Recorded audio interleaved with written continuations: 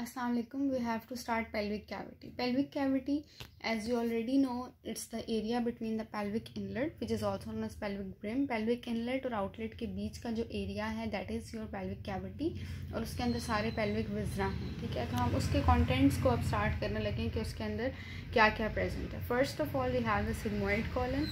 ठीक है, जो बाकी सारा आपके पास पार्ट है of the large intestine, ascending colon, transverse colon, descending colon, वो सारा एब्डोमेन में आएगा. सिग्मॉइड कॉलन वाला जो पोर्शन है वो आपका पेल्विक कैविटी में आता है, एक्सेप्ट इन चिल्ड्रन, क्योंकि चिल्ड्रन का पेल्विस स्मॉल होता है तो उनका सिग्मॉइड कॉलन वाला पोर्शन भी एब्डोमेन के अंदर ही आता है. लेकिन जैसे जैसे वो बड़े होते हैं तो फिर वो पोर्शन अपनी ओरिजिनल लोकेशन में आ जाता है. सिग्मॉइड कॉलन आपके पास उसकी लेंथ होती है 10 to 15 इंचज़. ठीक है, और ये वेरी भी करती है, 36 इंचज़ भी इसकी लेंथ हो सकती है. ठीक है, अब इसकी आपके पास कॉन्टिन्यूशन क्या है, ये कहाँ से आ रहा है और आगे जाके ये किसके साथ कंटिन्यू हो जाता है. Basically sigmoid colon begins as a continuation of descending colon. ठीक है, ऊपर से ये डिसेंडिंग कॉलन जो है उसकी एक continuation in front of the pelvic brim. ठीक है, पेल्विक ब्रिम आपके पास ये पूरी बाउंड्री थी जिसे हमने पेल्विक इनलेट भी कहा था. ठीक है, तो पेल्विक ब्रिम के बिल्कुल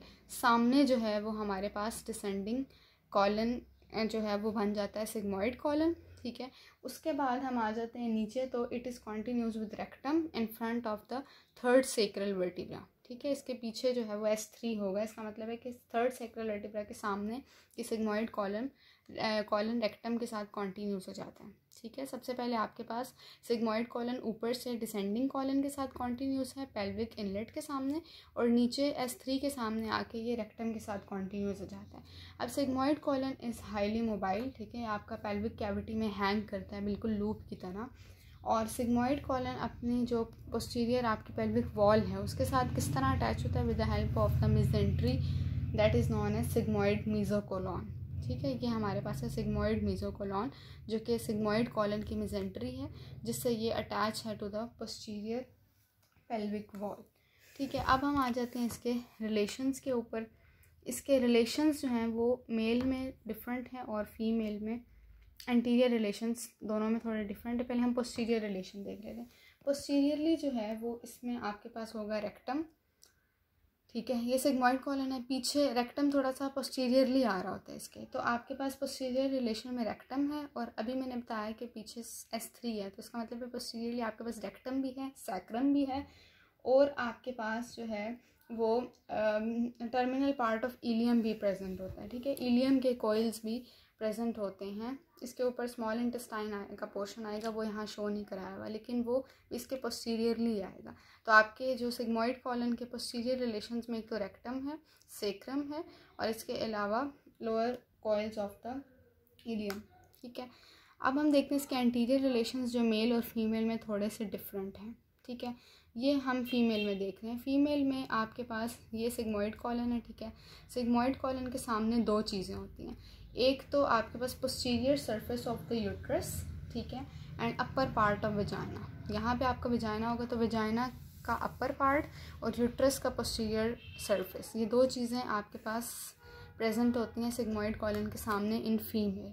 ठीक है, और अगर हम मेल की बात करेंगे तो मेल में आपके पास सिग्मॉइड कॉलन के सामने होता है urinary bladder.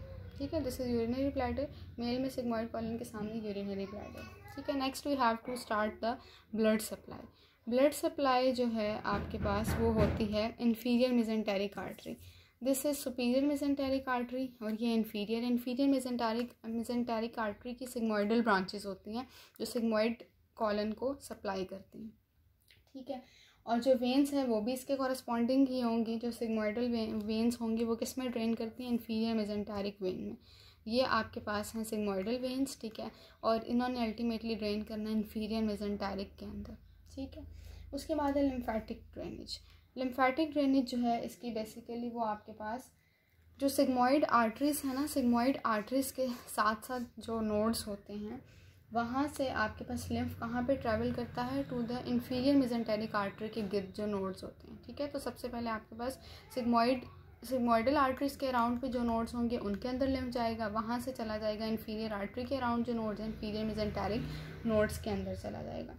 Nerve supply sympathetic और पैरासिम्पैथेटिक फाइबर्स होते हैं from the inferior hypogastric plexus, this is superior hypogastric plexus. यहाँ पे इसके सामने होता है सिग्मोइडल कॉलन के पास इंफीरियर हाइपोगैस्ट्रिक प्लेक्सस। तो इंफीरियर हाइपोगैस्ट्रिक प्लेक्सस जो है वो सप्लाई करता है सिग्मोइडल कॉलन की इनर्वेशन आपकी इंफीरियर हाइपोगैस्ट्रिक प्लेक्सस। अब हम आ जाते हैं इसके क्लिनिकल्स पे। तो cancers of the sigmoid colon, ठीक है, सिग्मोइड कॉलन के कैंसर जो हैं हमारे पास ये कॉमन होते हैं और इसमें जो है वो 4 स्टेजेस होती हैं ये, ठीक है। इसमें 4 स्टेजेस किस तरह होती हैं कि ये स्टेज 1 है आपके पास, इसमें कैंसरस टिश्यू थोड़ा सा बिल्कुल ग्रो करेगा, स्टेज 2 में और ज़्यादा ग्रो करेगा, फिर और ज़्यादा, फिर और ज़्यादा। अल्टीमेटली एक ऐसी स्टेज आ जाएगी जिसमें वो through the lymph node travel करने के काबिल हो जाएगा, ठीक है। तो जब ये स्टेज 4 आ जाएगी तो ये लिम्फ नोड के ज़रिए आपका जहाँ जहाँ मतलब जो जो इसका पाथवे जहाँ जहाँ पे लिम्फ जा रहा है उसके साथ साथ ये कैंसरस टिश्यू ट्रैवल करता है। इसका ट्रीटमेंट क्या होता है कि इसको किस तरह से ट्रीट किया जाता है। अच्छा, इसके लिए क्या करते हैं कि ये जो आपका जहाँ पे कैंसर प्रेजेंट है ना उस पोर्शन को हम निकाल लेते हैं, ठीक है। ट्रांसवर्स कॉलन से लेके रेक्टम वाले पोर्शन को हम बाहर निकाल लेते हैं, फिर ट्रांसवर्स कॉलन को रेक्टम के साथ एनास्टोमोस कर देते हैं, ठीक है, ताकि हम कैंसर को बाहर निकालें। Next clinical we have volvulus. Volvulus अभी मैंने बताया कि सिग्मोइड कॉलन जो है वो काफ़ी मोबाइल चीज़ है, ठीक है, मूव कर सकते हैं आराम से पेल्विक कैविटी में। तो कभी कभी ये होता है कि वो अपनी ही मेसेंट्री के गिर्द जो है वो रोटेट कर लेती है, ठीक है। Clockwise rotation is mostly common, और जब वो अपनी मेसेंट्री के गिर्द रोटेट कर लेती है तो उसे हम कहते हैं कि ये एक वॉल्वुलस बन गया, और वो आपका ब्लड सप्लाई को भी डिस्टर्ब कर सकता है। उसके बाद आपके पास 2 टर्म्स हैं, डाइवर्टिक्यूलोसिस एंड डाइवर्टिक्यूलाइटिस, अल्सरेटिव कोलाइटिस भी। अच्छा, अब इन सब में क्या होता है आपके पास कि एक डाइवर्टिक्यूला निकल आता है, ठीक है, जहाँ जहाँ पे आर्टरीज प्रेजेंट हैं, आर्टरीज कह रहा हूँ, ये आपके पास आर्टरी सिग्मोइडल आर्टरीज हैं, ठीक है, जहाँ जहाँ पे वो जा रही हैं, मतलब जहाँ जिस रीजन में वो प्रेजेंट है, ज़्यादा कॉमन ही होता है कि उस रीजन से एक म्यूकस मेम्ब्रेन का डाइवर्टिकुलम जो है वो बाहर की तरफ निकल आता है, ठीक है। जैसे ये भी एक दिखाया हुआ है, ये दिखाया हुआ है डाइवर्टिकुलम। तो ये डाइवर्टिकुलम आपका इसकी क्या हो सकती है, इन्फ्लेमेशन भी हो सकती है, ठीक है। सिंपल अगर इसकी फॉर्मेशन होगी तो उसको हम कहेंगे डाइवर्टिक्यूलोसिस, और अगर उस डाइवर्टिकुलम की इन्फ्लेमेशन भी स्टार्ट हो जाएगी, ठीक है, तो उसे हम कहेंगे डाइवर्टिक्यूलाइटिस। एक और हमारे पास टर्म है ulcerative colitis. Ulcerative colitis as the term indicates कि अल्सर्स बन रहे हैं, ठीक है। एज यू कैन सी ये नॉर्मल कॉलन आपके पास इस तरह का होता है। अल्सरेटिव में क्या होता है कि बीच बीच में नॉर्मल सरफेस है और कहीं कहीं पे अल्सरेटिव सरफेसेस भी बन जाती हैं, ठीक है, मतलब अल्सर्स डेवलप हो जाती हैं। अब इन तीनों कंडीशंस के अंदर डाइवर्टिक्यूलोसिस में, डाइवर्टिक्यूलाइटिस में और अल्सरेटिव कोलाइटिस में आपका जो कॉलन है सिग्मोइड कॉलन वो काफ़ी एडहेरेंट हो जाता है, ठीक है। तो वो आपका ब्लैडर, रेक्टम, इलियम, यूरेटर किसी के साथ भी जो है वो मतलब चिपक जाता है और एक इंटरनल फिस्ट्यूला मतलब उन दोनों के बीच में कनेक्शन इस्टेब्लिश हो जाता है। फिर हमारे पास 2 टर्म्स हैं, सिग्मोइडोस्कोपी और कोलोनोस्कोपी। जो सिग्मोइडोस्कोपी है इसका मतलब है कि जो आपके पास सिग्मोइड कॉलन की म्यूकस मेम्ब्रेन को हम एग्जामिन करते हैं, ठीक है।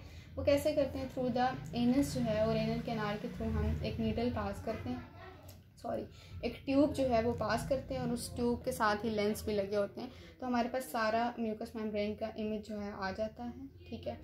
और इसके अलावा एक और टर्म है कोलोनोस्कोपी। कोलोनोस्कोपी से हम क्या करते हैं, पूरी जो आपकी कॉलन है ना उसकी हम लाइनिंग को देख सकते हैं, ठीक है, कि कहीं पे म्यूकोजा में कोई पॉलिप तो नहीं बना हुआ या कहीं पे कोई कैंसर तो नहीं है, उसके लिए इसको यूज़ किया जाता है। Next term is colostomy. Colostomy का मतलब, कोलोस्टमी हम तब करते हैं जब आपके पास रेक्टम का कार्सिनोमा यानी रेक्टम के अंदर सपोज कैंसर बन गया, तो सिग्मोइड कॉलन वाला पार्ट हमें पता है काफ़ी मोबाइल होता है, तो हम क्या करते हैं कि उस पोर्शन को along with that cancerous portion वो हम बाहर निकाल लेते हैं, ठीक है। और कहाँ पर ये इंसिजन दिया जाता है, left iliac region of anterior abdominal wall का जो इलियक रीजन है लेफ्ट वाला, वहाँ पे इंसिजन देके इस पोर्शन को हम बाहर निकाल लेते हैं और इससे हम जो है वो कैंसर को ट्रीट कर सकते हैं। This was all about sigmoid colon. Thank you.